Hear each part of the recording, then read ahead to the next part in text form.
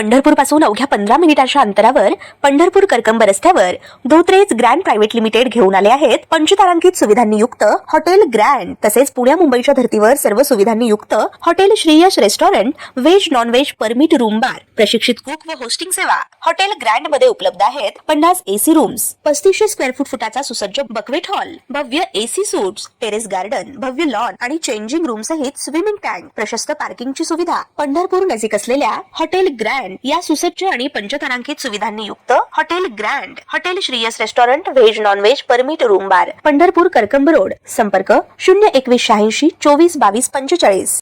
ताज्या घडामोडी पाहण्यासाठी आमच्या YouTube चॅनलवरील PVR म्हणजेच पंढरी वार्ता या न्यूजला सबस्क्राइब करा आणि शेजारील बेल आयकॉनवर क्लिक करा। मला म्हणायचं होतं काय, तुला घुसखोर म्हणायचं होतं ना, घुसखोर म्हटलं असतं तरी चाललं असतं। तू गुरुवार्यांना बोलायचं नव्हतं। तू आमचं सर्वस्व आहे, ते सर्वस्व आहे आमचं सर्वस्व आहे ते। लवांड्या बाजूल तू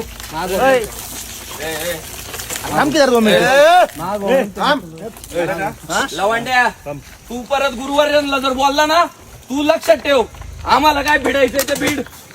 लवांड्या आमचे आई बाप आहे, ते आमचं सर्वस्व आहे। लवांड्या सर्वस्व आहे आमचं ते। लवांड्या आमचं नादी लागू नको। वारकरी संप्रदायात घुसखोरी करणाऱ्या महाराजांची यादी राष्ट्रवादी शरद पवार गटाचे प्रवक्ते विकास लवांडे यांनी जाहीर केल्यानंतर वारकरी संप्रदाय आक्रमक झाल्याचं दिसून आलं होतं। या प्रकरणी त्यांना तात्काळ अटक करा, अन्यथा राज्यभर तीव्र आंदोलने करण्याचा इशारा महाराज मंडळींनी पंढरपूर येथे झालेल्या बैठकीत दिला होता। तर पंढरपूर शहर पोलीस ठाण्यात विकास लवांडे यांच्या विरोधात तक्रारी देण्यात आली होती। मात्र विकास लवांडे हे सातत्यानं वारकरी संप्रदायातील अनेक महाराज मंडळींवर टीका करताना दिसून येत होते आणि आता विकास लवांडे आज आळंदीत मातोबाची तालुका हवेली येथे प्रवचन संपल्यानंतर गाडी अडवून विकास लवांडे यांच्या अंगावर शाई होतली आहे आणि धक्काबुक्की करण्यात आल्याची घटनाही घडली आहे।